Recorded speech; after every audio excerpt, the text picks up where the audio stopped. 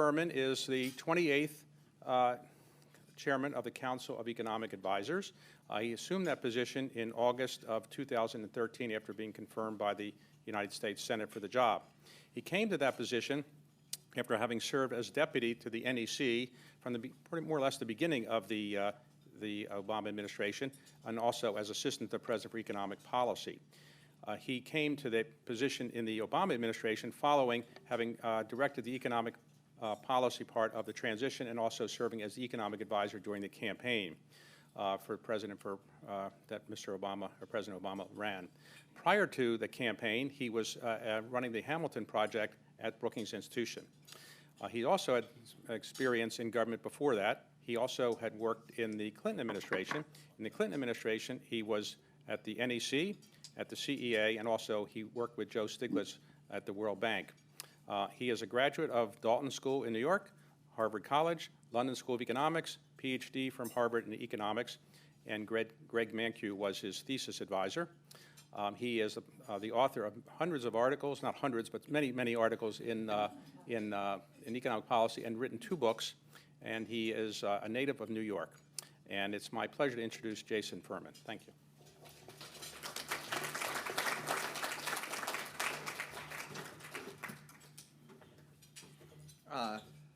Thank you, David, for that introduction. Thank you to CFR for organizing this. I was going to spend about 10 minutes talking about our new report about the decline in prime-age male labor force participation, which is an issue that I address in the current issue of Foreign Affairs. Part of what brought me to this is every month I brief the president on the jobs numbers. And every month, not every month, almost every month, I was actually in Germany last month, I get to tell him how great the number of jobs created were, get to tell him how great the decline in the unemployment rate was, and then there's always the labor force participation rate, which has gone in the other direction. So we've spent a lot of time over the last many years really looking hard at that labor force participation rate. And one of the things we've learned is this isn't just a consequence of the Great Recession or something that's happened in the recovery from it, but a lot of the trends going on there have happened for a really long time. And you see that most clearly for men, because there you have sort of a fixed story without some of the cultural shifts. And then you see that being paralleled more recently in the last 15 years or so for women as well. So you have a handout here, and I'll take you through some of the findings in our report in terms of what the facts are and how we interpret those facts. On that first page you have there, you see that the male labor force participation rate has been declining steadily for 60 years. It was 98% in the 1950s, and now it's down to 88%. So if you think about that, the share of prime-age men, that's age 25 to 54, who aren't working, has gone from 2%, which is virtually none, up to 12%. This isn't just people who, don't want, this isn't people who want a job and are just sitting around doing something else. In the meantime, you see the share of the people who say they don't want a job and did not work last year either. So they're not in the workforce now, and for the whole of the previous year, they didn't work either, has actually gone up. The most important feature of this is the one you also have on that handout, which is it is primarily a result of people with less education. In the 1960s, and every time we have a chart, I show you as much data as we possibly can. We go far as back as the statistics go. For education, that's 1964. It didn't really matter whether you had a bachelor's degree or a high school degree. You participated at roughly 98%. Since then, participation has drifted down for people with a bachelor's or higher. It's really plummeted for people with a high school degree or less. As you see on the next set of slides, this is an issue that a lot of OECD countries, most OECD countries have faced, but in the United States, it's been more severe. As you see on that top chart, we have the third lowest labor force participation rate among the OECD countries. We're tied with Italy, which is probably not the labor markets that most would aspire to. ahead of Israel, which has very significant cultural differences. In particular, certain activities are defined as not working that a lot of men are engaged in there. We've also had a larger decline in our labor force participation rate than all but one of the OECD economies since 1990. Now, the story is a little bit more nuanced than that in that we have a lower structural unemployment rate than other countries, as you see in the second figure.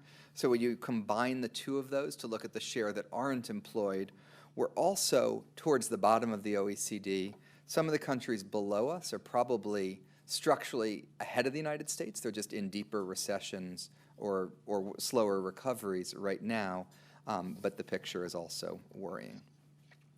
So if you go to the next page, you'll see the economics lecture portion of this talk is three types of explanations. The first type of explanation is an inward shift of the supply curve, and I'll explain what that could mean in a moment. But the important thing here is that predicts that the quantity of labor would go down, which is correct, but it also predicts that the price would go up, the wages, in this case, of less skilled workers. That's obviously not what we've seen. Demand-driven says there's less demand for less skilled workers. That would predict fewer of them would work and that their relative wages would fall. That broadly matches the data. And then finally, I'll come to some institutional explanations and try to flesh them out for you.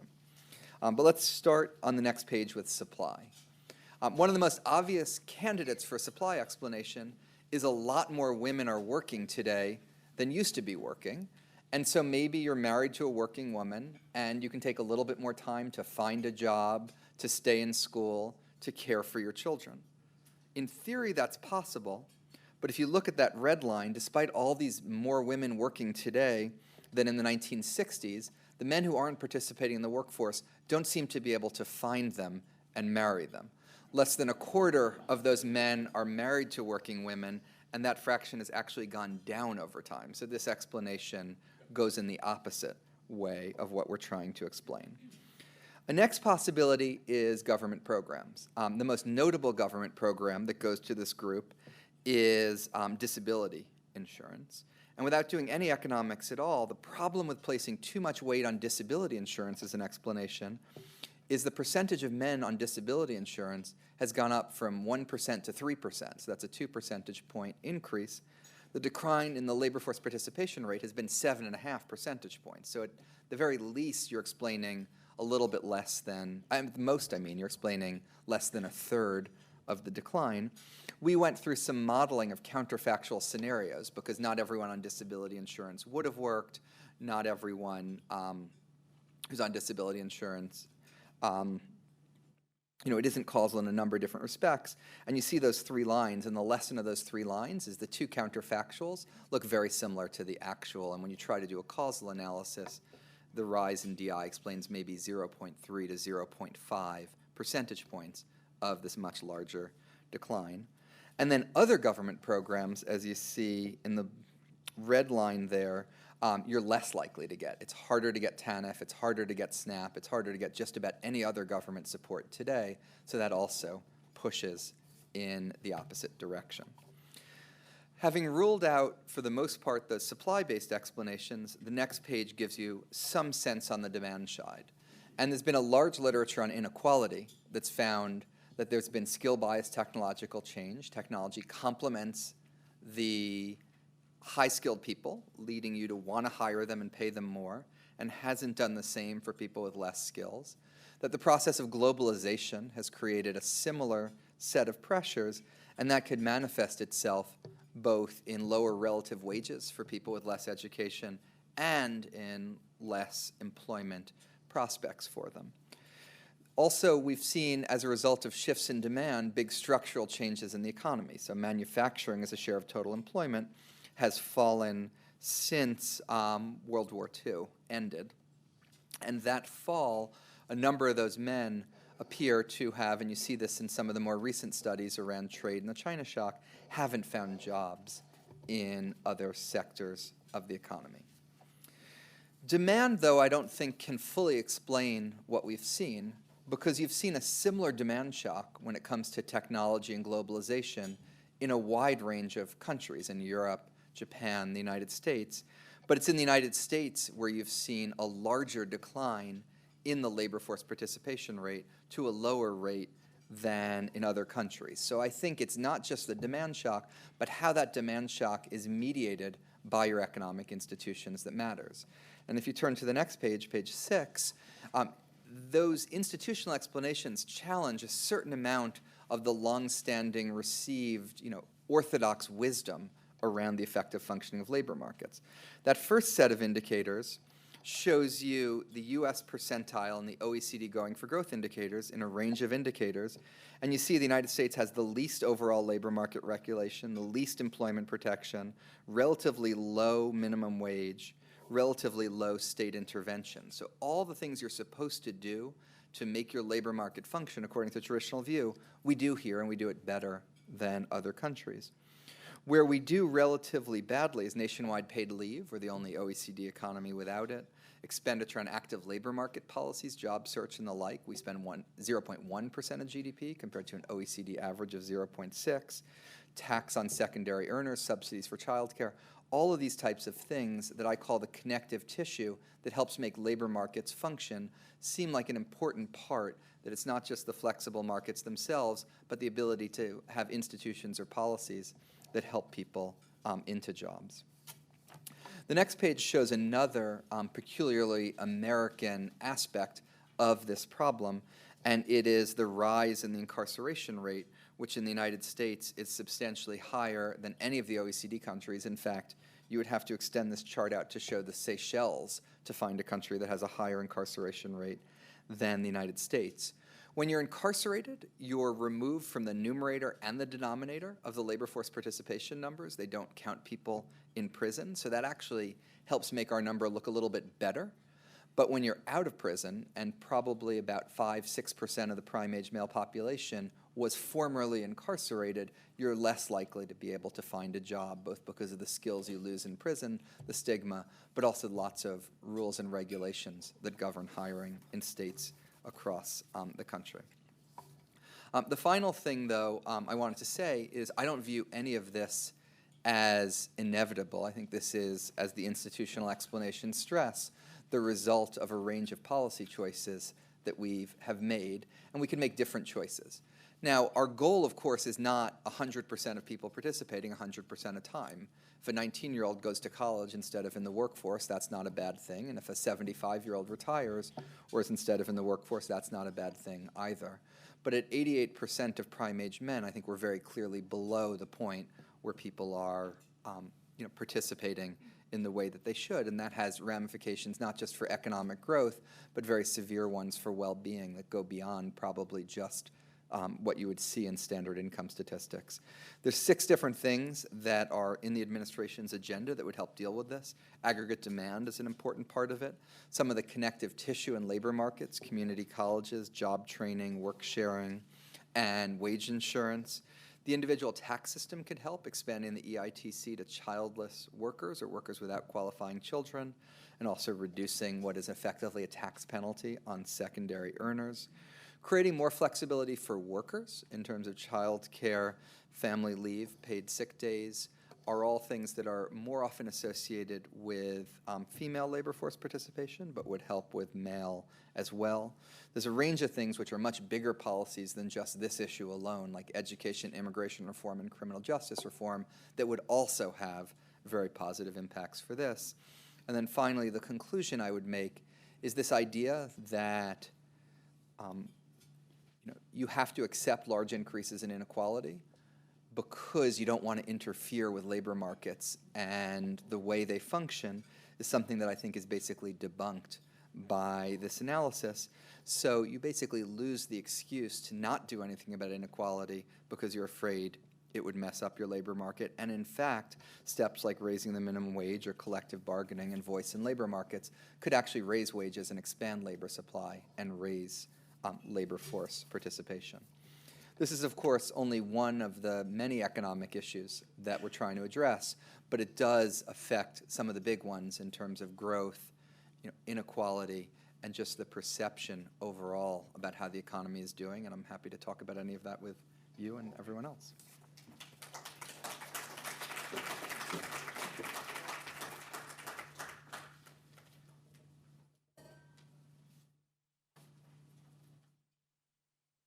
I have observed over the years when presidents of the United States have press conferences, they give a little talk in the beginning, and then the first questions bear no relation to what the president talked about. So I'm not going to do that. I'll get to some other questions, but I did want to ask a few things about what you talked about, but we have so many economic issues to cover. So on this, could you explain something that was a little confusing to me until I did a little research on it, but when the Bureau of Labor Statistics comes out every month and says, here's our unemployment rate and here's the labor participation rate, they will say, well, we have a 66% historic labor participation rate. Now it's 62.3% or something. You're using numbers for the prime age category, so you're dealing with the different numbers. Can you explain the difference between the numbers that we often get associated with labor rate participation, the 66 number, 62.3 versus the 88 number you're dealing with, okay? Yeah. Yeah, I mean, you can divide it by age and you can divide it by gender, and there have been very different dynamics for all of those. So if you look at women, their labor force participation rate rose from when the data started in 1948 through about 2000, then peaked and started falling. If you look at younger people, people below the age of 25, you've seen their labor force participation rates falling, but you also see more of them in college. So the share that are either working or in school has stayed the same. Look at older people, people over 55, and there's been a set of shifts in terms of the types of jobs people have, the type of health they have, and rules around Social Security. So their labor force participation has been rising. So there's so many different stories going on based on different institutions and cultures. That's why here we chose to focus on men between the age of 25 and 54. So between 25 and 54 is what your category is, but when the Bureau of Labor Statistics comes out, they use everybody in the workforce. Is that right? And is that the That's better? their headline, although you page through their thing, they do it. And the word prime age men was not the word I came up with. So for anyone who's not included in that age bracket, So you should address your complaints to them, not to me. So I've already passed that concern over years. When I got past that age. So let me ask you about the issue of why this is such a bad thing. Because the theory would be that if you don't have to work and you're doing well, and maybe our economy is so wealthy that people just don't feel the need to work. They have inherited money, they've made enough money. So why is it clear that having a lower participation rate is a bad thing? I think it depends on who it is and what their circumstances are. So if we looked at a chart and we saw college-educated men who are married to working women are the ones who were not participating, I'd be a bit jealous, but say that could be a perfectly great thing, and I'm certainly not going to necessarily worry about it as an economic policy, and I'm not going to judge the choices people make. When you see it's people with a high school degree or less, you see it's people who are disproportionately in poverty. You look at the time use, you don't see them spending more time helping with children, helping around the house. And then you look at the studies of what prolonged unemployment or non-employment does to people psychologically and in terms of their ability to find future employment. I think at that point it becomes a worry. So in your article in the Foreign Affairs Journal that the Council publishes, you have an article about this, and in that article you do talk about the licensing restrictions that we often have to get jobs in the United States. You might elaborate on why that's a bit of a problem. Yeah. We used to have about 5% of jobs in this country need a license for, and I don't think any of us have a problem with doctors, for example, needing a license. Now it's up to 25%, and while I respect people who would choose to go to a florist or an interior decorator that's licensed, I might be willing to take my chances when it comes to those professions. This makes it harder for people to get jobs. It makes it harder for them to move from state to state, and it especially hurts a few groups, one of them formerly incarcerated, but also military families and immigrants.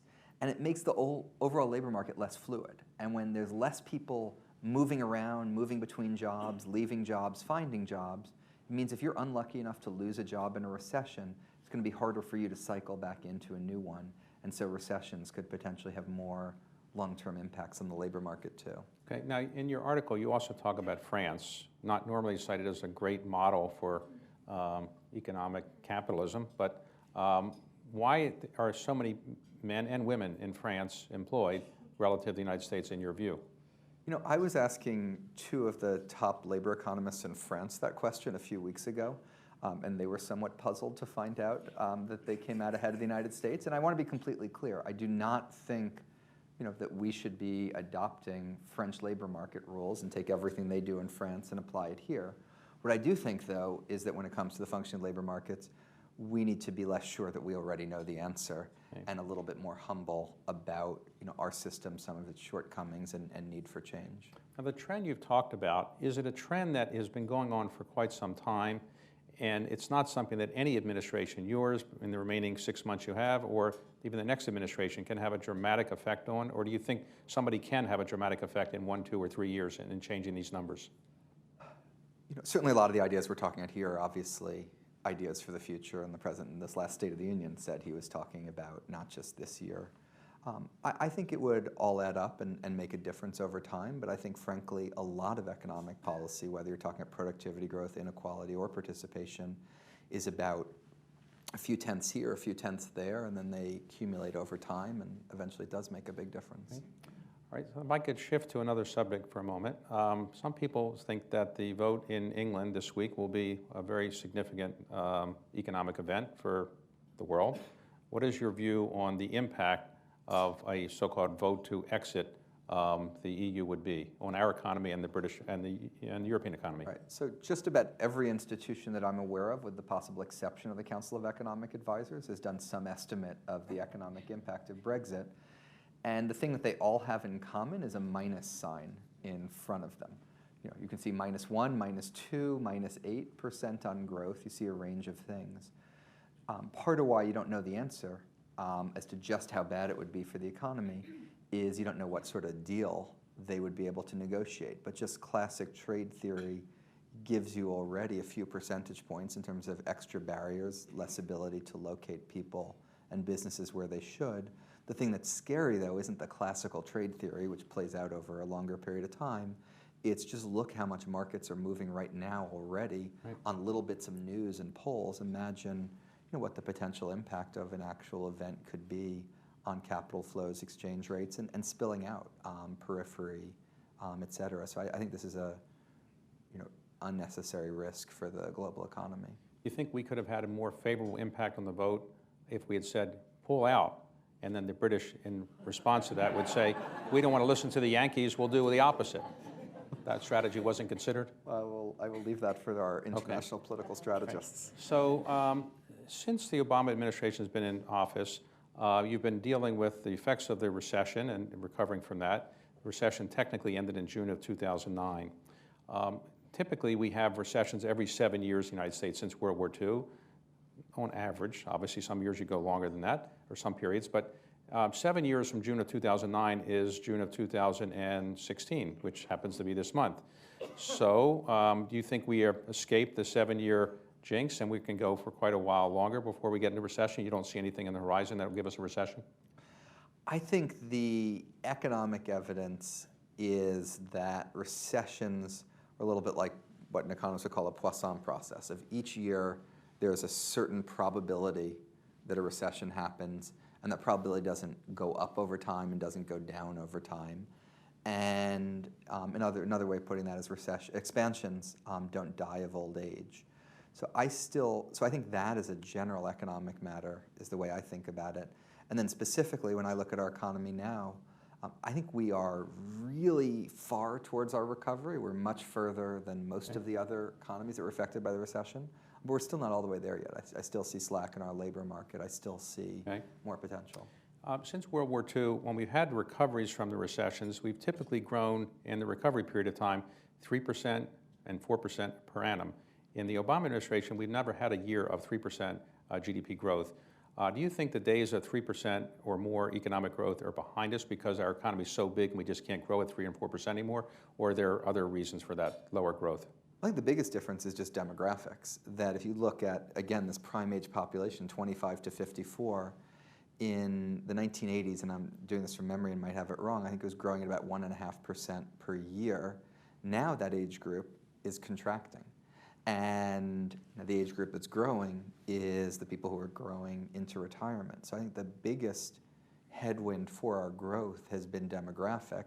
And that's partly why this labor force participation issue is so important, because the response to demography It can be to just accept slower growth, which is what they appear to be doing in Japan. It can be to try to encourage more people to have children, which they're doing in France. Or it can be to try to get a larger fraction of your population working or bring new people in. And that's why I think those steps are so important. So if Janet Yellen were to say to you, I'm not sure what to do with interest rates the remainder of the year. I need to know where the economy is going. What is your view on the economy, and what do you think I should do about interest rates? What would you tell her? I would tell her that I respect her independence and she has an outstanding staff. Okay. This year, you would project economic growth for the United States to be roughly 1.5% or something like that? Our last forecast was completed in November of last year, published in February in this year, and even if I could remember it, I'd claim to have forgotten it because the number would be considerably higher than that, but I still think above 2% for Above this 2%? year. Yeah. Okay, and what do you And think? the second quarter, as you know, is tracking north of 2.5% in a range of tracking indexes. Okay. What do you think by the end of this administration the unemployment rate will be? A lot lower than it was when it began. Okay, all right. But do you think the unemployment rate is as relevant as it used to be, because it measures people who look for jobs in the last 30 days as opposed to the labor force participation rate and other things? So when it goes below 5%, is it as important an indicator as it once was in your view? I think if there's only one labor market indicator you're looking at, I think you're much better off looking at the unemployment rate, because it really attempts to scale by people who want jobs and can't find them. Once you look at things like employment population ratio or labor force participation, you need to make sure you're getting straight in your head all these issues we've been talking about of longer term trends and cultural shifts and shifting age structure and a whole bunch of things. I think if you do that well, that brings you another richer perspective. But if you do it badly, it can mislead you. Now, you've worked for President Clinton and President Obama. Who understands economic matters better? You should ask Gene Sperling. Okay, all right. So with respect to the administration, you've got 6 months to go. Are there many economic policies that you think you can pursue and adopt and get implemented before the administration's over? Is there any, what would you say your highest economic priorities are now? Right. One thing we can certainly pass is the Trans-Pacific Partnership, and that's very important economically, very important broader than that. There's a range of other issues, whether it's Zika, opioids, Puerto Rico, that are important economically going through Congress. There's global economic management. We were just in China a few weeks ago engaging with them on the big issues around exchange rate, capacity, intellectual property, the BIT. So there's a range of international economic relationships to put forward. But one thing that we're trying to do at the Council of Economic Advisors, in addition to helping out with all of that, is things like this report that we're discussing today that I don't expect to be the basis for legislative action tomorrow or the next day, but I do hope change what is possible in the future. Hey, so tell us, when you're the chairman of the Council of Economic Advisors, your job is to advise the president on economic matters. So does he call you up and say, how's the economy doing today? Or how do you actually get information to him? And does he like to hear more about it, or does he read more about it, or how do you communicate with him? We send him a lot of memos. Every major piece of data, and major is defined quite broadly, we get a day in advance. We write up a one-page memo with our analysis that goes to him, and in our experience, he really reads those. We do a lot of one-off memos on topics. So labor force participation, for example, we a few years ago did a memo that on a range of issues there. But we also meet with him, both short meetings to brief him on the jobs number, the GDP number, longer meetings that could either be update on the global economy or on a particular policy issue. And in my experience, he's a great reader and a great discusser. So the best is get him a memo in advance and then have a meeting, and the meeting isn't plodding through a bunch of facts really slowly, but jumping straight to discussing what the implications are and what you can do about it. So suppose he says something that's wrong. Do you say, well, Mr. President, you might not understand that completely, or what's the best way to phrase it? Fortunately, that's just never happened. Never happened. Oh, okay. So if the next president of the United States, whoever he or she might be, were to call you up and say, you've been in the White House essentially for 8 years now, you know the economy pretty well, tell me what I should worry about right away at the beginning of my administration. What should I do to jumpstart the economy or get the economy in pretty good shape, what would you recommend to either party to do? You can always worry. We were talking about Brexit before, so I'm worried about that this week. You can worry about the second quarter GDP numbers. You can worry about the next jobs number, all of that. But I think it's really important to not just let those urgent matters swamp your attention and focus on some things that are really important. And I think the three biggest drivers of middle class incomes, which is our goal in economic policy, middle class and people trying to get into the middle class, are productivity growth, inequality, and participation. So this report is about one of those three, but focus on what you can do to add 0.2% per year to our productivity growth rate, and that'll take care of a lot of other problems over time. And income inequality, on that subject, do you believe that there is a growing gap on income inequality? Do you think it's a result of the recession just creating greater income inequality, and afterwards the effects were such that the wealthy got wealthier and poor got poorer? What was the reason the income inequality got to be so great? It's a long topic. Inequality is a lot higher now than it was in the 1970s. So it's a longer term thing, not quite as long term as the participation, but it's a longer term thing. It's big enough that I think there's space for a lot of explanations. Some people have this is my one explanation, and they get really mad at anyone who has another one. I'm much more ecumenical and think we can accommodate them all. So technology is certainly one factor. A slowdown in educational attainment is another factor. Globalization has put pressure on it, the decline of labor unions, decline in the minimum wage, potentially some reduced competition in the economy. I think all of those have combined together to cause it. Okay. Is deflation a problem that you worry about very much now? I'm not, frankly, that worried about it right now in the United States. We see our inflation rate moving up, not to a point that worries me, but not in a deflationary direction at all. It's very different, of course, in Japan and the Eurozone, where it, I think, is a much greater concern. And in China, you said you were there recently. What is your view of the likely growth rate in China this year? Whatever they want. Right. No. Well, Alan Greenspan used to say that the advantage of dealing with Chinese numbers is you know them before the end of the month. So, but your view is? No, they have a big set of economic challenges in terms of adjustments they're trying to make to a consumer-oriented economy, a service-oriented economy. They have a lot of resources to help meet those challenges, but they're going to need to negotiate them, and then that's all against a backdrop of it's harder to grow when you're closer to the frontier. And it's harder to grow when your demography is as unfavorable as the Chinese demography is. So some of the advantages they've had over the last decades, they're not going to have. So they're going to need, figure out more innovation, more consumer-driven, more services. What about Japan's demography? Are you more worried about theirs? Oh no, theirs is, so worrying you might give up worrying. But they've. But one thing Japan's done well, actually, is they've done a concerted effort to increase women's participation in the workforce, and that's been reasonably successful.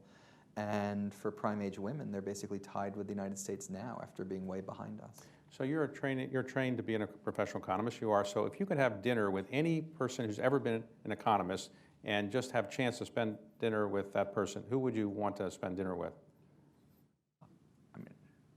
Probably other than the people you've worked for already. Okay, good. Because I was about to name one of them, but that would be embarrassing to say. So I think John Maynard Keynes, just his breadth. You could spend a bunch of time talking about economics, and then you could switch to a range of other topics. Okay. He was an investor too. He was, but he lost. He lost money at some point. Successful, unsuccessful, successful, unsuccessful. He had his ups and downs, but okay. All right. So let's have some questions. Okay. Just please, right here, identify yourself, your affiliation, and have a simple question. Thank you very much. It was a great discussion.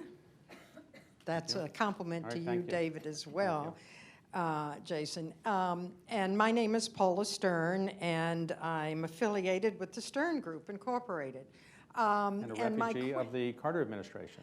Carter, and then Reagan designated me chairwoman, so I'm bipartisan, and we all are, as CFR is very definitely.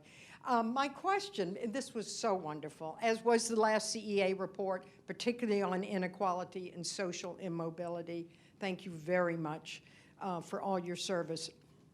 My question, since David asked so many wonderful ones, is about the your policies, particularly the one regarding providing workers more ability to use unemployment insurance to integrate into a new job.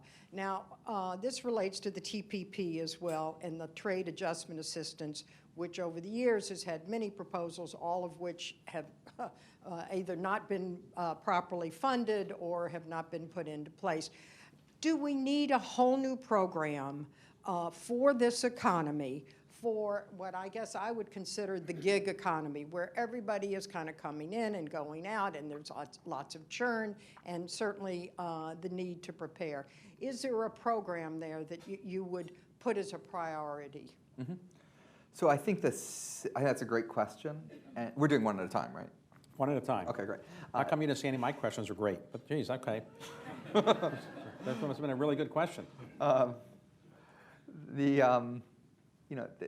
what you're asking is very much the motivation for a lot of the unemployment insurance reforms we're talking about. If you look at the fraction of people who are unemployed but are getting or eligible for unemployment insurance, it's much lower today than it was in the past, in part because of those economic developments you said.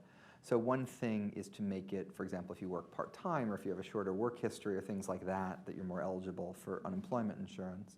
And the particular line you called out there was something where we'd like states to have more flexibility to do innovative things with their unemployment insurance, including not just you get it when you don't have a job, but let's say you get an apprenticeship that might lead to a job. Maybe you carry some of that money with you. That'll be an incentive for the employer to hire you, an incentive for you to go onto it and get you back into the workforce. And we've seen that successfully in some states. Now it has to be done carefully. There's a lot of different twists and turns in it, but it's something we think is a sensible thing to incorporate within the existing program. Okay, back here, stand up and please identify yourself. Get a mic. Thank you. Adam Taylor with the World Bank Group. So thank you. Great overview. I'm curious what happens when you separate your data by race. You mentioned gender, but there are pronounced disparities in the unemployment rate between black, white, Hispanic, et cetera. I'm curious if they're as pronounced in the male prime labor participation rate. And if so, does the more general approach of policy prescriptions that you outline, is that enough? Or does it require much more targeted prescriptions in order to accelerate their participation rate in order to catch up? Right. So thanks for that question. We do have a chart which shows the prime age male labor force participation by race in the report, and I think there were copies of the report floating around. The basic thing that you see, which you probably wouldn't be surprised, is that for black men, their labor force participation rate has fallen a bit more than it has for white men and is a decent amount lower. Hispanics, interestingly, it's been the opposite. It's risen a little bit or been more stable, and so Hispanic labor force participation for prime age men is now a tiny bit higher than it is for white men. That's also part of a broader fact that immigrants are more likely to participate than non-immigrants, which is one of the many economic benefits of immigration reform. In terms of the implication of that for policy, certainly it says things like My Brother's Keeper are, that are more targeted are very important, but I wouldn't lose the bigger macro issue either. If you look at the Great Recession, the biggest impact on unemployment was on African Americans. The unemployment rate went up from the mid-9s, I think, to about 16, which is terrible. You look at the recovery, the unemployment rate for African Americans actually fell more quickly than the overall unemployment rate. So there is a first to be fired, but also are benefited by a broader economic recovery and aggregate demand. So I wouldn't lose sight of the aggregate policies at all. Okay, right here. Good afternoon, Nicole Lamb-Hale from Albright Stonebridge Group. What's the impact of the shared economy or the sharing economy on U.S. economic outlook? You have a better question than I have an answer, which is we don't have really great data to track that sector of the economy. Right now, it doesn't seem actually that large relative to GDP as it is relative to news coverage and discussion of it or our own felt experience with it. My expectation is that for the most part, it represents a new set of innovations, and new sets of innovations are what you need for productivity growth, and that will help our economy overall. It's created some challenges as well if part of what's going on is regulatory arbitrage in a way of unleveling the playing field.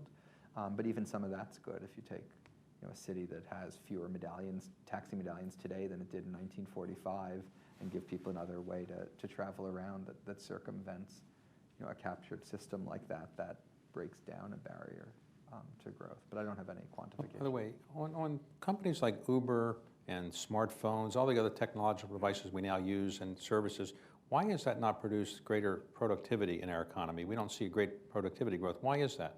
I think some of it is it just isn't that large a fraction of what we do. So we spend, I think, something like 15 times more a year on air travel than we do on taxi and livery service.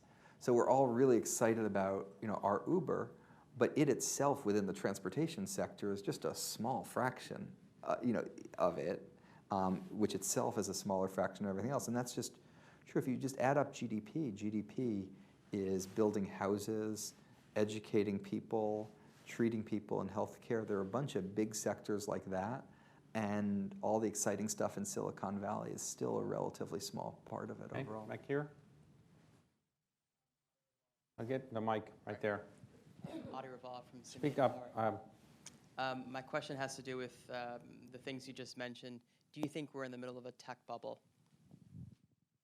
You should ask the markets person here that question. I didn't realize you're not a markets person. Do you think we're in a tech bubble? I think policymakers have done a notoriously poor job trying to identify bubbles, and part of our goal in policy is a broader one of strengthening the fundamentals of the economy. I think there's a lot of really exciting things going on in tech. As to the valuation in any particular sector, I would completely defer to you, David. I think that there are a fair number of so-called unicorns that are not going to be going public at the valuation they currently exist at. And I cannot possibly imagine. What I think happened, honestly, is that it used to be the case in the technology world that if you were building up a company, you took it public, and when you took it public, that's when the founders could get some profits and the investors get profits. When Facebook came along, for the first time ever in a meaningful way, people were able to invest in a company significantly, buy founders out and early investors out, and provide liquidity without having to go public. And those people that went in at $20 billion and $30 billion, and Goldman had around at $50 billion valuation, they still made staggering amounts of money. So when that happened, people said, I can invest in these companies pre-IPO. I don't have to wait for an IPO to cash out, and I'm happy to have very high valuations because eventually they're all going to be like Facebook. And I think that produced a phenomenon where everybody raced into these technology companies, and while there will be a few Ubers, which clearly are very unique companies, I don't think they're all going to be Ubers or Facebook. So I do think that you're going to see some of the air going out of some of these companies, as I think you've already seen. But there will be some truly transformative companies like Uber. Now, Uber's latest valuation is $62 billion. So if you just went into the latest round at $62 billion, to double your money, you've got to have a $120 billion valuation. And that's a high valuation. There aren't that many companies in the world with that kind of valuation. But I do think that there are going to be some people disappointed in these technology companies, but some people will make some money. That's probably a longer answer than you wanted and maybe not as satisfying. Which one will you be? Well, I generally think professional investors just have a hard time going into these companies with these very high valuations. We probably would rather miss on the upside than be looking like an idiot on the thing going down. So I think you're not seeing a lot of professional investors, pension funds and others going into these high valuations, but there are some individual investors who made a lot of money out of Facebook and some other pre-IPO deals, and so there's some people taking bets on them, but a lot of money that's coming in now is foreign money. A lot of people around the world observed that Facebook did very well, and they don't have an equivalent of Facebook in their own country. So a lot of the money that's coming in now is foreign money, it's sovereign wealth fund money, foreign pension fund money, and high net worth money coming into, I think, build up to the valuations of some of these companies. Yes, right here. Oda Aberdeen, the Capital Group. Jason, in 2008, 2009, David was very negative on European banks. He told me to short them, the Credit Suisse and Deutsche Bank. These banks continue to have problems. If you look at their price today, they're way down. What's the outlook for these huge European banks in view of the economic slowdown in Europe? Look, I think if you're listing the things people are worried about in the global economy, the European banks and certainly the banks in certain countries in Europe are unfortunately on that list in a way that U.S. banks aren't. And that's a reflection of we very early did a stress test and did an honest accounting of what the capital needs were in our banks. We put a lot of public effort and commensurate complementary private effort into recapitalizing the banks, and now they have not just more capital, but also financial situations that people are reasonably trusting of.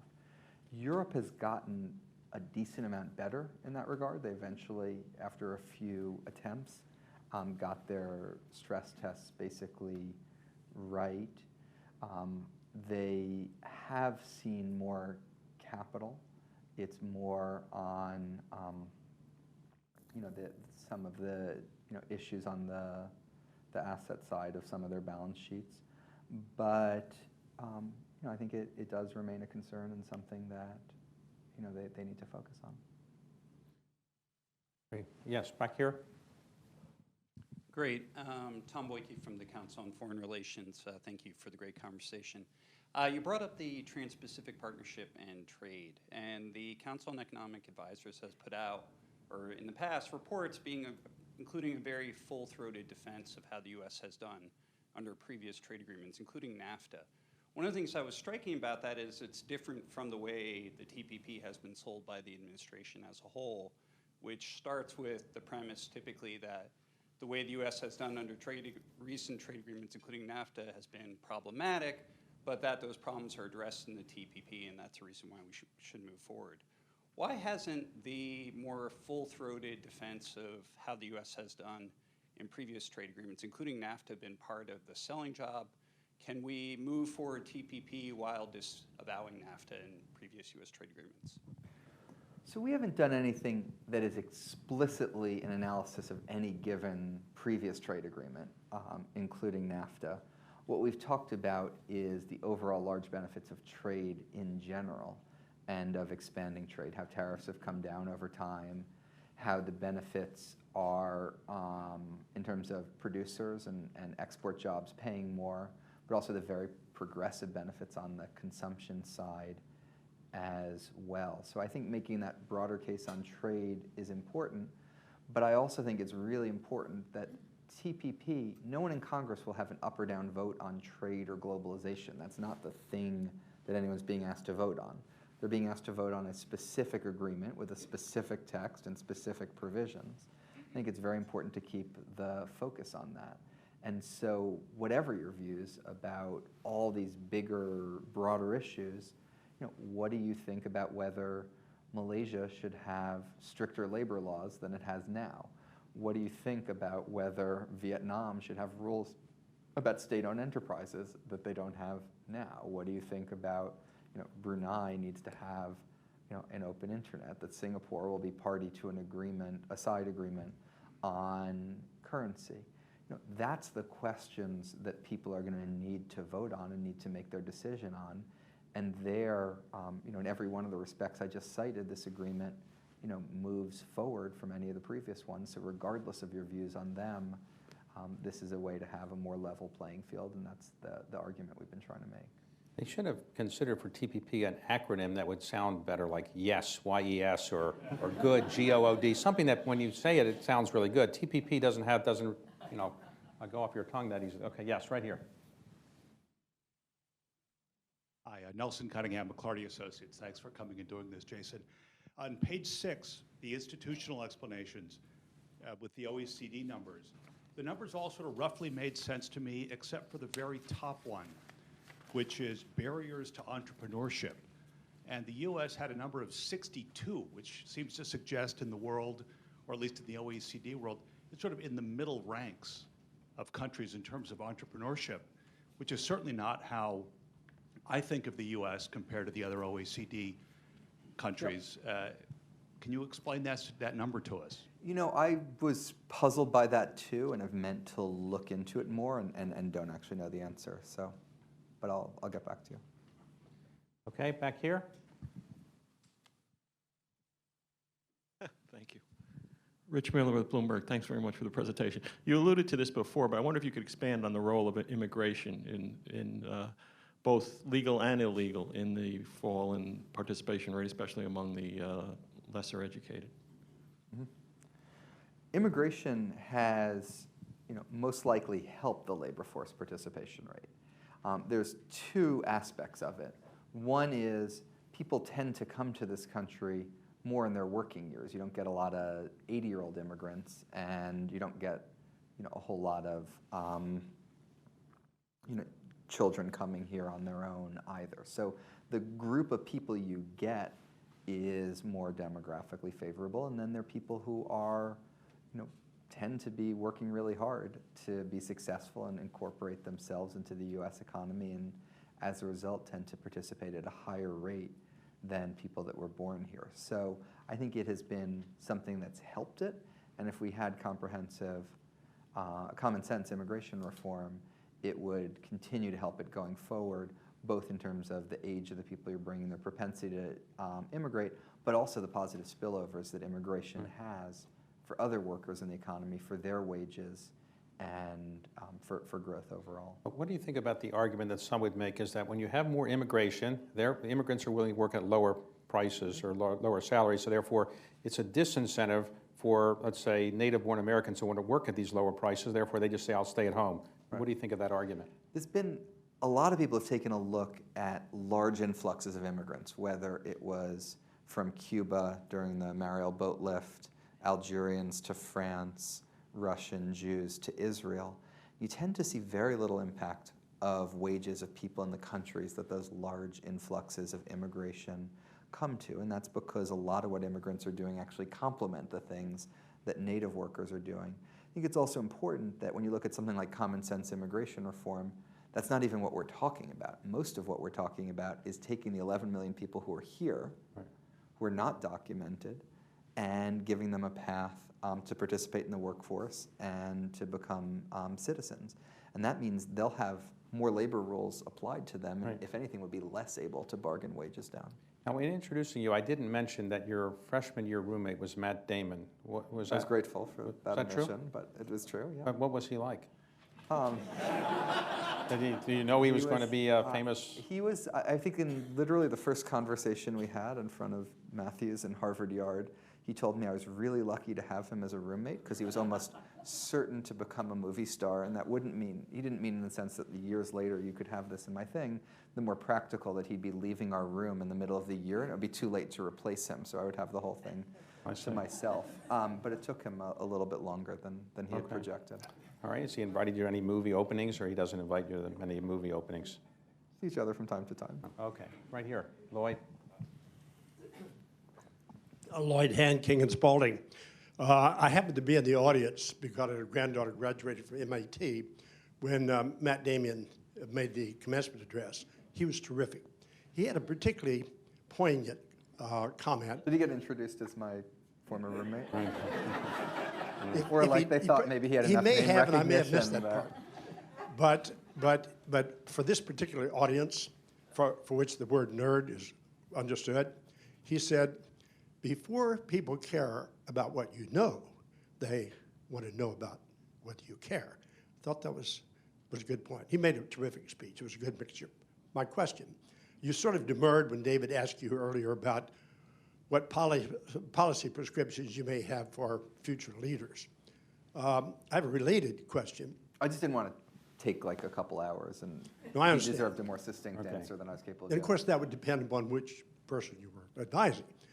But my question is this, and you may want to take your chairman's hat off, your person to answer this, but are there any particular issues, factors, concerns that you have learned expressed from the electorate, not DNR, but just that surprise you and that provide maybe some lessons learned?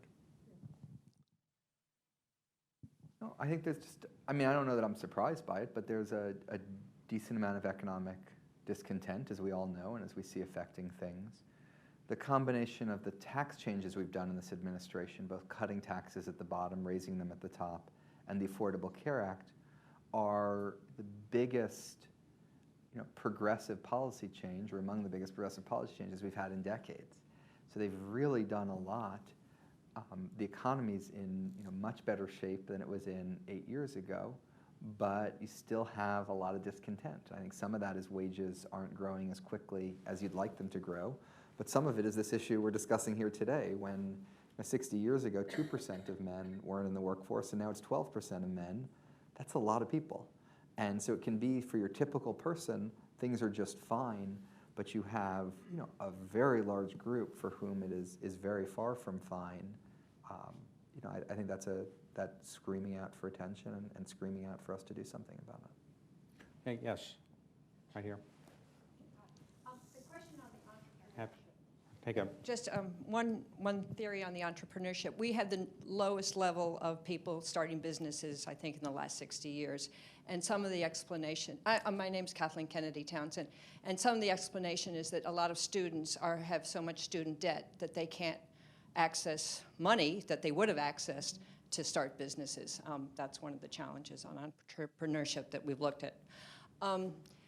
What I was going to ask you about is union membership and how you can help with that, because I think this is related to both income on one hand and also social solidarity. As you know, the group that you're working with is also committing suicide at larger rates than they have ever had before, comparable to the AIDS epidemic in the 1980s.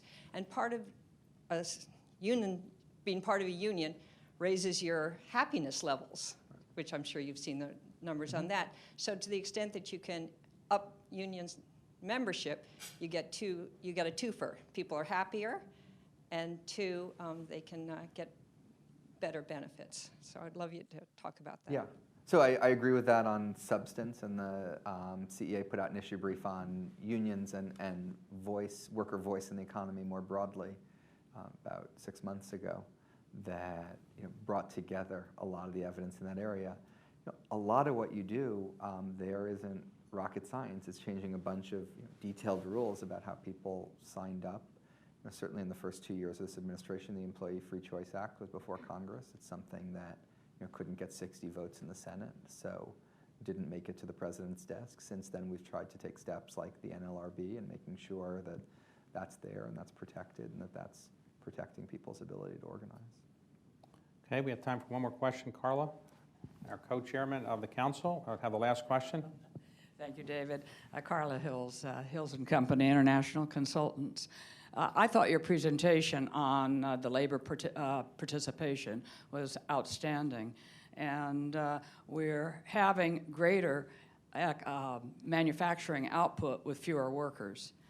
But we also have a recording of job shortages, serious job shortages, which don't need a doctorate or a college degree. They need training. Is there any discussion going on about how to get folks that have been dislodged from manufacturing and are not screwing wheels on autos, but could come and fix my computer and connect things, but they don't need a doctorate to do it? And is there any talk about giving a stipend the way that Latin American countries have enlarged their middle class, by giving a stipend to you, a family, to send your child to school? But you don't get that stipend unless you turn in the attendance record to show that they did go to school and it's working. Could we do something like that? Mm-hmm. So I think that's exactly the types of questions we need to be asking, because as I was trying to show, just having a free market can be a great thing in many respects, but it's not going to by itself connect people with jobs in the way that we fully want to. Supply and demand isn't quite enough. You need supportive institutions. You need institutions to help make the labor market function. When it comes to training, most of the dollars there are spent privately, not by the government. So part of what you want to do is work with employers, get employers together with community colleges, having community colleges train people for places where there is demand rather than sending their workers out, hoping, the students out, hoping that they have some skill that somebody else would want, so that type of demand-driven training.